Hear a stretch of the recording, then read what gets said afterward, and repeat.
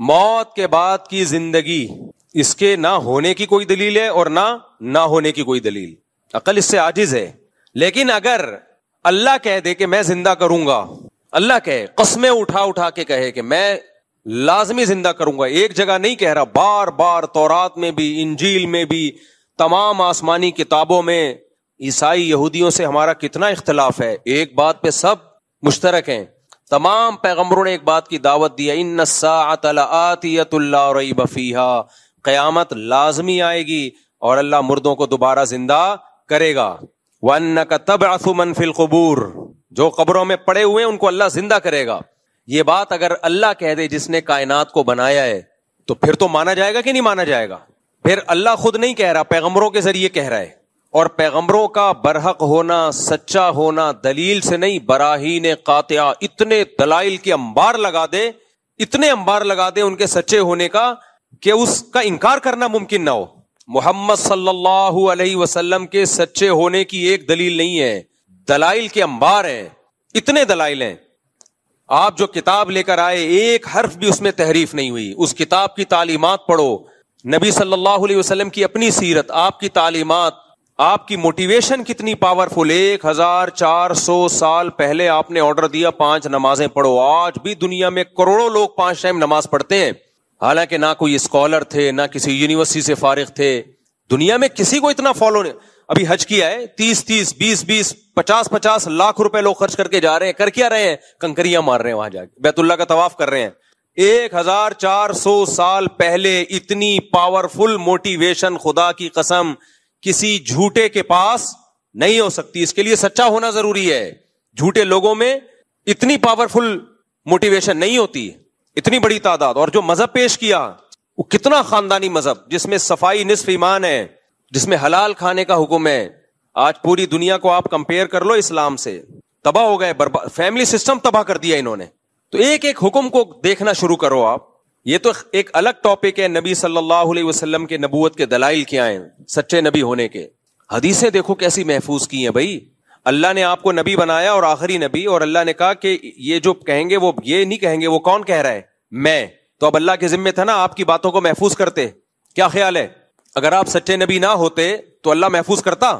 1400 سال کے بعد بھی ایسا خاندانی محفوظ کیا ہے بھائی. اتنی سی بات صحابی بیان کرتے ہیں کہ آپ کے دونوں دانتوں کے درمیان میں خلا تھا، اس کے لیے بھی سندیں چلتی ہیں پوری. حدثنی فلان قال حدثنی فلان، جس سند کا راوی ہے ان راویوں کے حالات زندگی کے محفوظ ہو گئے. تو یہ ممکن نہیں ہے بھائی. 1400 سال پہلے جیسے روزہ رکھا آج بھی مسلمان ویسے روزہ رکھتے ہیں. 1400 سال پہلے جس طریقے سے نماز پڑھی ہے وہ سارے طریقے محفوظ ہیں. رفع الیدین والی نماز بھی محفوظ، رفع الیدین نہ کرنے والی نماز بھی محفوظ، زور سے آمین والی بھی، آہستہ آمین. یہ جو امت میں اختلاف پیدا ہوا ہے نا، یہ صحابہ میں بھی تھا. وجہ کیا تھی؟ نبی سے دونوں طریقے ثابت تھے، تو صحابہ میں بھی یہ تھا. حج محفوظ، قربانی محفوظ، قربانی کے حکام محفوظ، طلاق نکاح کے حکام، وراثت کے حکام، خرید و فروخت کے حکام.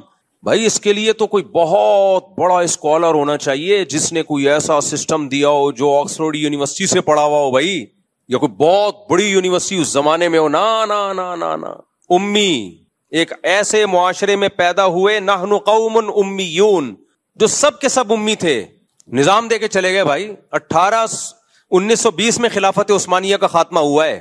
بغداد کی خلافت، اندلس کی خلافت، بنو امیہ کی خلافت، مغل بادشاہوں کی حکومت، سب میں اسلام نافذ تھا. وہ لا جو 1400 سال پہلے نبی صلی اللہ علیہ وسلم دے کر گئے وہ نافذ تھا. سب سے پہلے دنیا میں کوئی ملکی قانون اگر ریٹن فارم میں آیا ہے تو اسلام کا ہے، اسلام کا. اس سے پہلے دنیا میں ریٹن فارم میں قانون نہیں ہوتے تھے، چند ایک جزیات ہوتی تھی. یہ تو یورپ میں اب جا کے شروع ہوئے، یہ 400-500 سال پہلے تو اندھیروں میں ڈوبے ہوئے تھے. تو اللہ کے ذمے تھا محمد صلی اللہ علیہ وسلم کا سچا ہونا ثابت کر رہا. اللہ نے کر دیا. وہ اب کوئی اندھا ہو، دیکھے ہی نہیں، آپ کی سیرت ہی نہ پڑھے، آپ کی تعلیمات میں غور ہی نہ کرے، تو قرآن کہتا ہے فَإِنَّهَا لَا تَعْمَى الْأَبْصَارُ وَلَكِنْ تَعْمَى الْقُلُوبُ الَّتِي فِي الصُّدُورِ. آنکھیں اندھی نہیں ہوتی، وہ دل اندھے ہو جاتے ہیں جو سینوں میں چھپے ہوئے ہیں.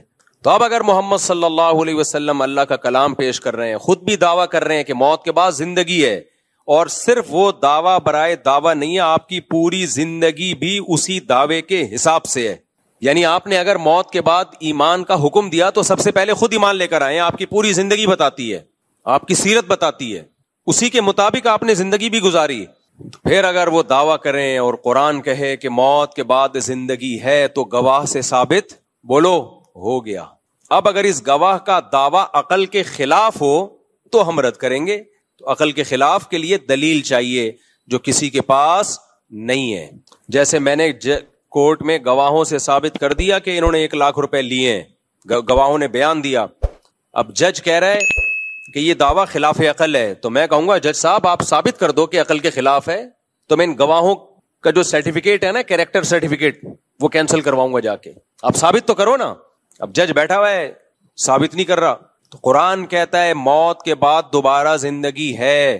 مشرکین نے کہا, آج کے ملحد نے کہا یہ خلاف عقل ہے, تو قرآن نے کہا لے آؤ کوئی دلیل اس کے خلاف عقل ہونے کی.